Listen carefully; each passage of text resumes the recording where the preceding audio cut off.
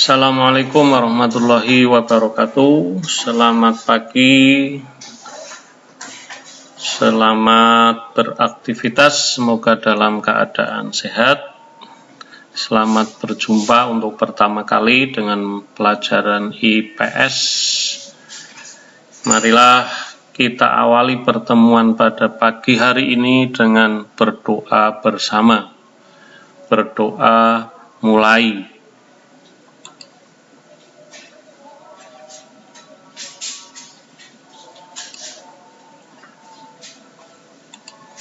Terima kasih.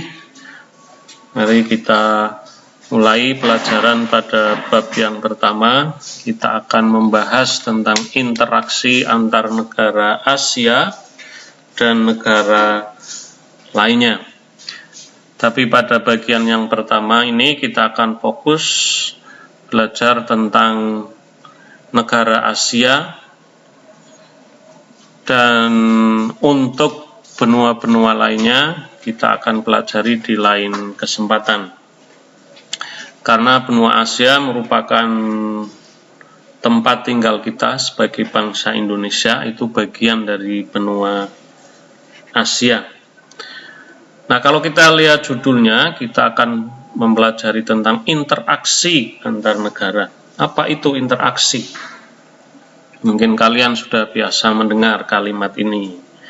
Interaksi itu kalau kita artikan ya sama dengan kegiatan yang terjadi ketika dua atau lebih objek.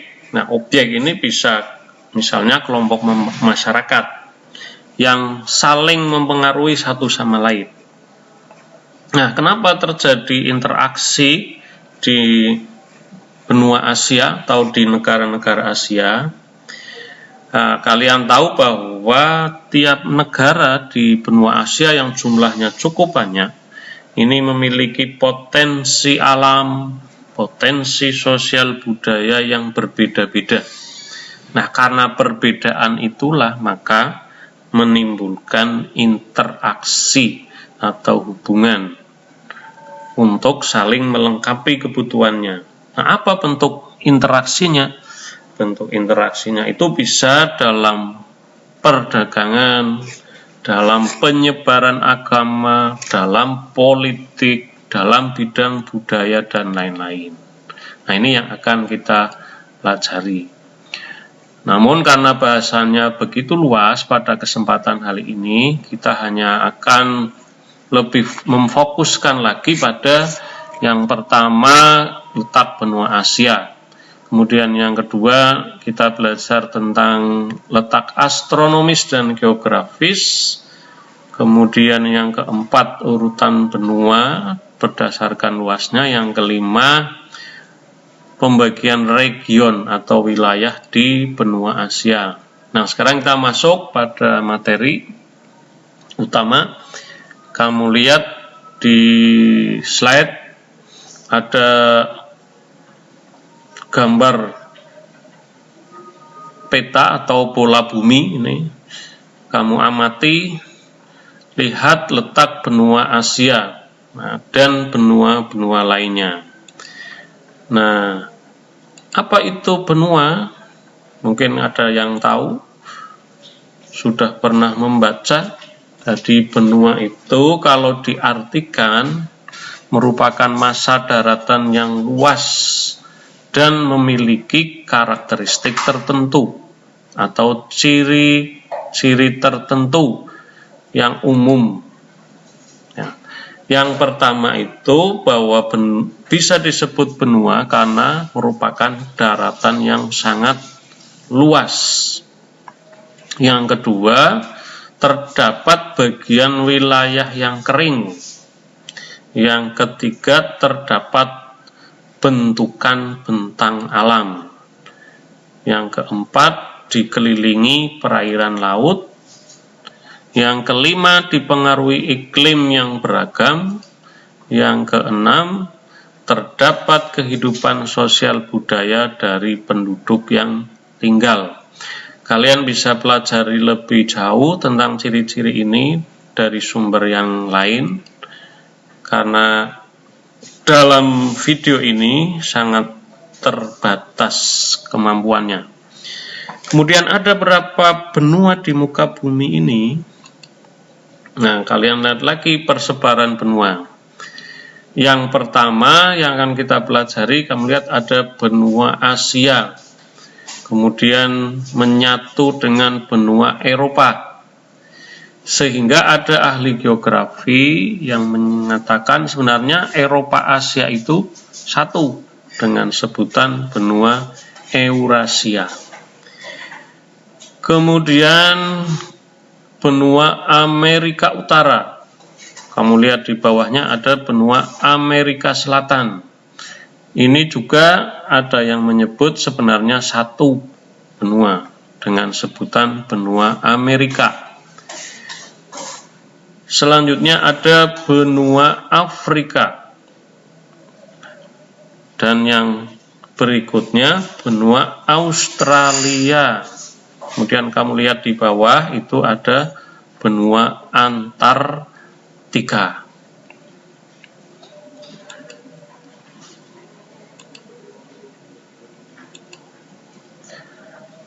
Nah, di mana letak benua Asia? Untuk mengetahui letak suatu tempat itu bisa dilihat secara astronomis dan yang kedua secara geografis. Kamu tentu masih ingat ini karena dari kelas 7 sudah disampaikan apa itu letak astronomis, apa itu letak geografis. Nah, sebagai pengingat, untuk mengingat kembali letak astronomis suatu wilayah itu letak yang dilihat berdasarkan posisi garis lintang dan garis bujur. Nah, garis lintang itu digunakan untuk membagi wilayah iklim matahari, sehingga dikenal ada yang namanya iklim tropis, iklim subtropis, iklim sedang, iklim dingin. Nah, kemudian garis bujur itu digunakan untuk membagi waktu di muka bumi. Ya, misalnya Indonesia saja itu ada waktu Indonesia bagian barat, waktu Indonesia bagian timur, waktu Indonesia bagian tengah. Itu didasarkan pada garis bujur. Kemudian letak astronomis benua Asia itu di mana? Nah, kalian lihat pada peta dan lihat pergerakan titik yang akan saya tunjukkan. Nah, letak astronomis benua Asia itu berada di 26 derajat bujur timur dan 170 derajat bujur timur. Kemudian 11 derajat lintang selatan sampai 80 derajat lintang utara. Kemudian kamu perhatikan posisinya melalui pergerakan garis yang sudah saya buat. Nah, ini. Perhatikan letak astronomis benua Asia. Selanjutnya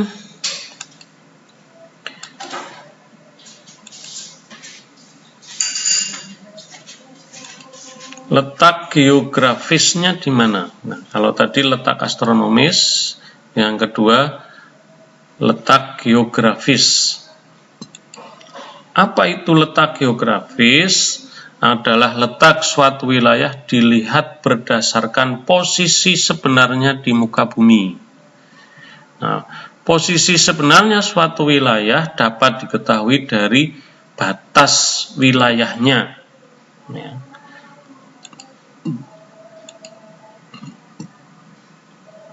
Nah, ini nanti agar kamu lebih paham, cermati buku paket dan peta Asia pada atlas, ya.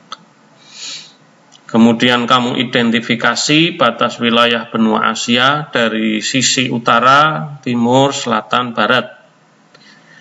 Kemudian yang kedua, Coba kamu tuliskan nanti di buku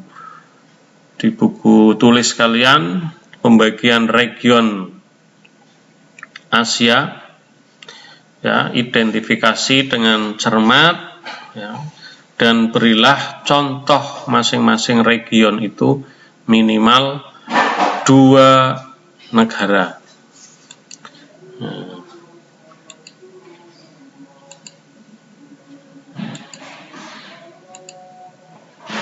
Nah, ini untuk membantu kalian, coba perhatikan, ya, batas wilayah benua Asia. Di sebelah utara itu ada Samudra Arktik, ya, perhatikan.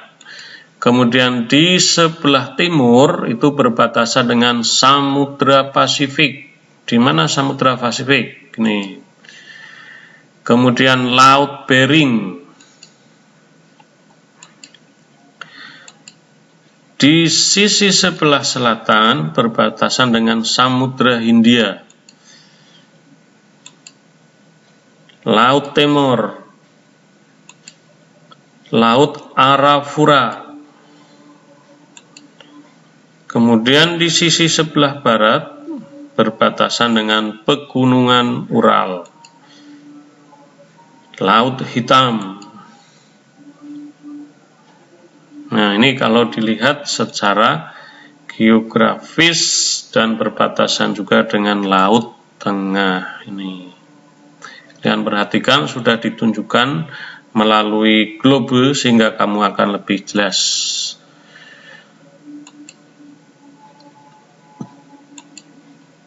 Nah, pembagian region benua Asia itu ada Asia Barat, Asia Barat Daya atau disebut Asia Timur Tengah. Ada Asia Tengah, Asia Timur, Asia Selatan, Asia Tenggara, dan Rusia. Silakan dipelajari lebih lanjut. Kita pada yang terakhir tentang karakteristik benua Asia.